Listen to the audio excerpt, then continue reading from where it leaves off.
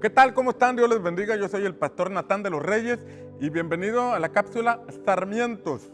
En la cápsula Sarmientos hablamos un poco acerca del evangelismo y el discipulado, los grupos en casa, la estrategia de desarrollo de la visión celular.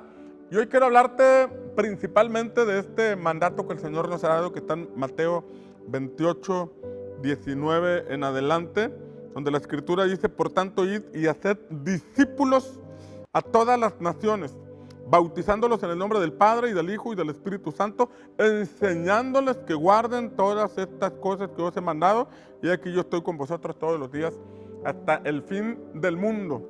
Claramente el Señor nos envía a ser discípulos, y esto es muy importante de comprender. Ese es uno de nuestros principales llamados. Obviamente, para ser discípulos primero tenemos que predicar el Evangelio, porque no hay forma de hacer discípulos si no predicamos el Evangelio. No hay forma de desarrollar esta encomienda de Jesús, de levantar discípulos, si primeramente no ganamos almas. Entonces, esta es la continuidad del primer punto, que tiene que ver con ganar almas. El siguiente es hacer discípulos, pero ¿qué clase de discípulos hacemos? ¿O qué significa hacer discípulos? ¿O cómo hacemos discípulos? En Mateo capítulo 16, el Señor le pregunta a sus discípulos: ¿quién dice la gente que soy yo? Y algunos dicen, respondieron los discípulos y dijeron: algunos dicen que tú eres Juan el Bautista, otros dicen que tú eres Jeremías, otros dicen que tú eres Elías o alguno de los profetas. Fíjate los conceptos que la gente tenía acerca de Jesucristo. Cuando Jesús le pregunta a sus discípulos: ¿y ustedes quién dicen que soy yo? Entonces Simón le dice: tú eres el Cristo, el Hijo del Dios viviente. Y entonces Jesús le dice: bienaventurado eres, Simón, hijo de Jonás, porque no te lo reveló carne ni sangre, sino mi Padre que está en los cielos. Y a ti también te digo que tú eres Pedro, y sobre esta roca, la roca es la revelación que Simón tuvo acerca de Jesús, sobre esta roca, sobre este entendimiento que tienes, edificaré mi iglesia. La edificación de la iglesia viene sobre la revelación de quién es Cristo.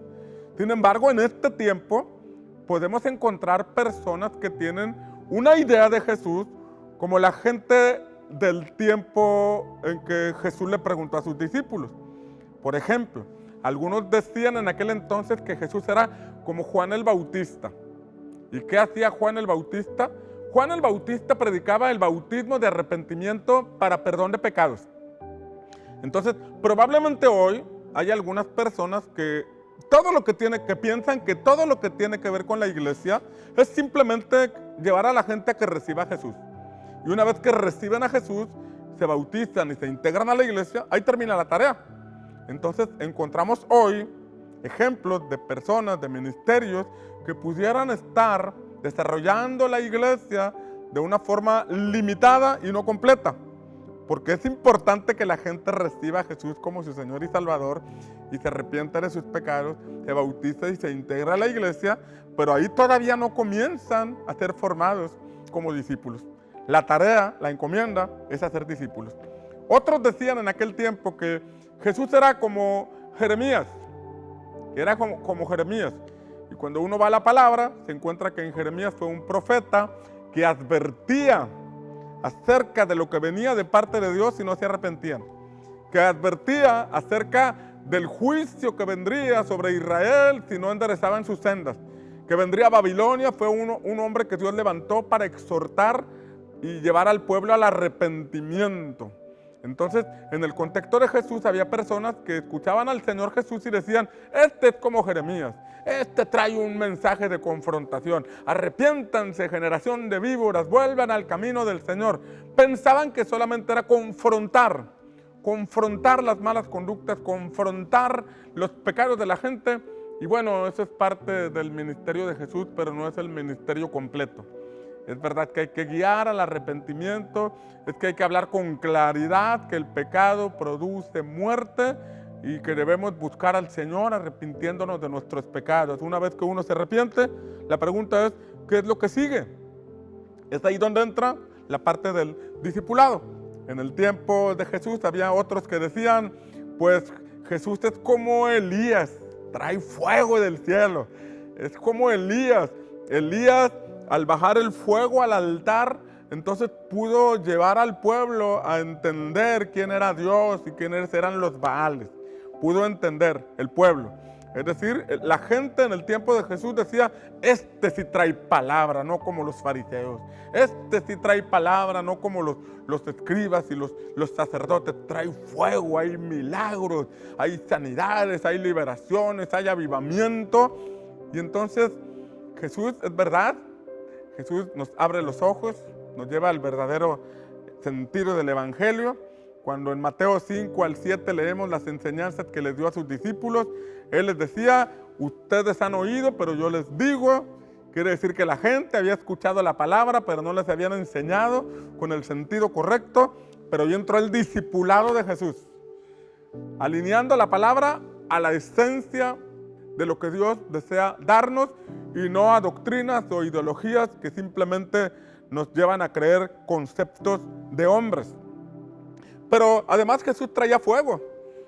La manifestación del poder de Dios, los endemoniados eran sanados, los endemoniados eran liberados, los enfermos eran sanados, los muertos eran resucitados. Era el fuego, el poder, el dunamis de Dios en acción. Sin embargo, eso no es todo. La liberación es el inicio de una nueva vida.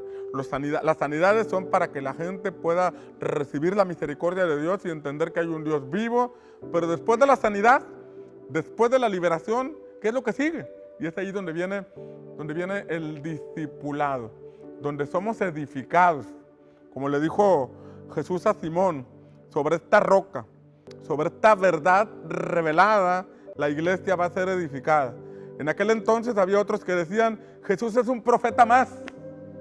Y esto es interesante porque pues había gente que venía y escuchaba a Jesús, pero luego se iban a escuchar a otro, se iban a escuchar a otro, y se iban a escuchar a otro.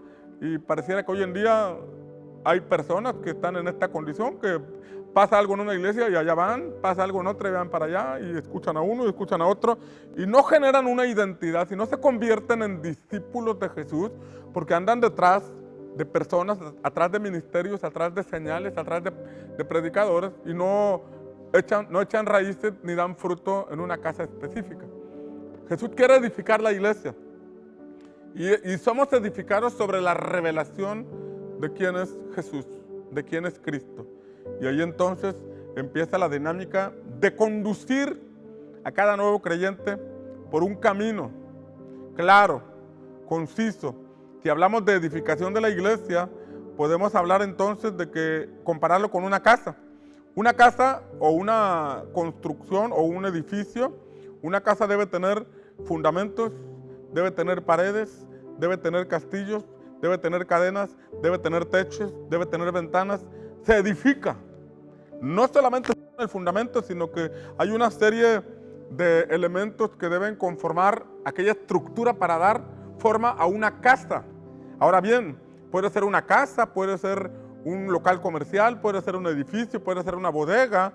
Y es ahí donde podemos ver, bueno, qué elementos debemos poner para edificar a los creyentes. ¿Hacia dónde tenemos que conducirlos? ¿Cuál es el objetivo? Porque así como cuando levantamos una edificación debe tener un fin, de igual forma cuando edificamos a los creyentes debe haber palabra, debe haber enseñanza, debe haber dirección, debe haber fuerza, debe haber un diseño. Y es precisamente en la capacitación que tenemos los días 9 y 10 de abril, nuestra próxima capacitación, donde vienen pastores, vienen líderes y les compartimos algunas ideas, algunas estrategias que nos han funcionado para compartirlas de gracia, y si hay algo que les pueda ser de utilidad y de bendición o les pueda orientar o dar un rumbo para que edifiquemos juntos la iglesia del Señor, puede ser de gran bendición. Entonces es entrada libre. Recuerda, 9 y 10 de abril, jueves por la tarde, viernes por la mañana, la entrada es libre, está dirigida a pastores esta capacitación. Aquí en esta publicación aparecen los datos a donde te puedes comunicar para que tomemos tus datos, porque aunque es gratuito, necesitas inscribirte para reservarte un lugar y poder atenderte con mucho gusto, poder servirte y poder juntos seguir edificando el reino de Dios. Terminando la capacitación, tenemos nuestro Congreso de Unamis, que también es gratuito, Todo está diseñado para que seamos edificados, instruidos y después empoderados, llenos del Espíritu Santo, para ir corriendo a continuar con el camino que el Señor nos dejó. Esperamos poder verte, poder saludarte. Que Dios te bendiga.